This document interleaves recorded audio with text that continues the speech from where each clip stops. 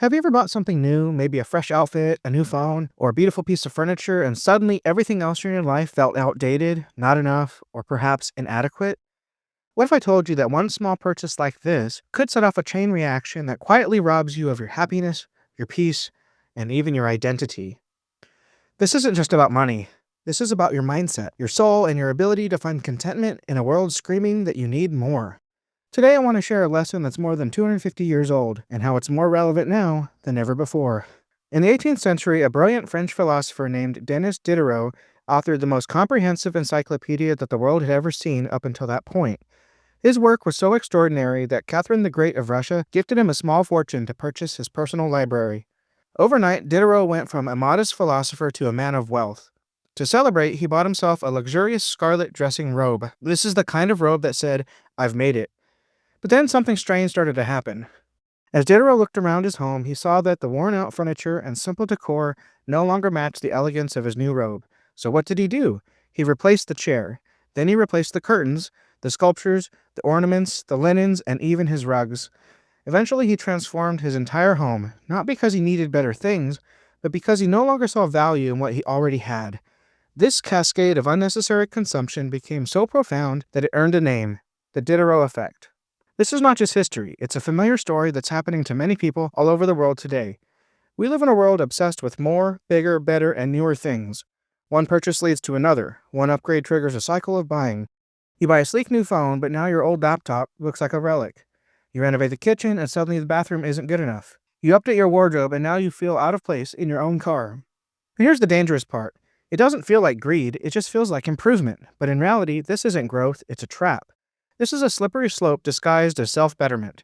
Psychologists call this the hedonic treadmill, a relentless chase for satisfaction that fades away as quickly as it arrives. Seneca, the great Stoic philosopher, once said, "It's not the man who has too little, but the man who craves more that is poor." So what's really going on here? We're not trying to become better people, we're trying to become more convincing actors. We're not chasing excellence, we're chasing an image. We're not improving ourselves, we're curating a lifestyle. And in doing so, we confuse the outer shell of success with inner fulfillment. You see, real self-improvement feels different. It's quiet, it's consistent, it's not Instagrammable, and it doesn't always come with a shopping bag. It looks like discipline, feels like sacrifice, and it sounds like silence when everyone else is shouting. You don't become successful by spending like one.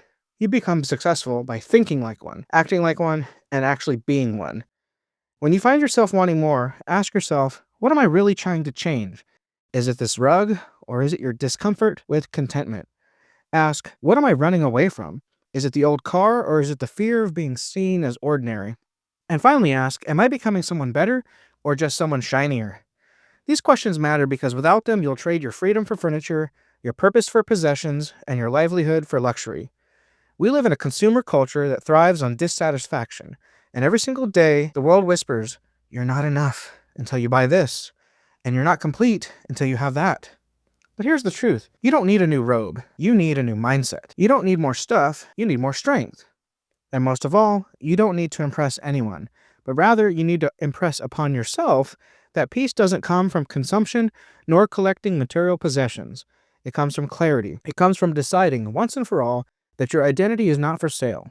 You are not your stuff, nor what you own. As Epictetus once said, wealth consists not in having great possessions, but in having few wants. So here's my challenge to you today. Resist the Diderot effect. Don't mindlessly upgrade your life. Instead, upgrade your thinking. Start by taking inventory, not of your belongings, but of your beliefs. Do you believe that happiness lives within the next purchase? Do you believe that success wears designer clothes and lives in a renovated home? Or do you believe, as I do, that success starts with knowing who you are, with or without all of that stuff? Declutter your house if you want, but start by decluttering your mind. Declutter your closet if you must, but first, clear out the craving to be someone you're not. Diderot was a brilliant man, but he made the mistake of tying his worth to what he owned. Don't make the same mistake, because if you let your possessions define you, you'll spend your life chasing everything that matches, and you'll forget who you were before you ever put those new clothes to use. So today, pause before you purchase, think before you upgrade, and ask yourself, is this helping me grow, or is it just helping me cope? Because your story might just help someone else reclaim their peace. If this message hits home, don't just walk away inspired. Give this video a like and share it with some friends who need to hear this. Subscribe now for more truths that cut through the noise. And in the comments, let me know, what's one thing you're letting go of today to reclaim your peace? Remember, you are not what you own. Let's stop living for appearances and start living on purpose.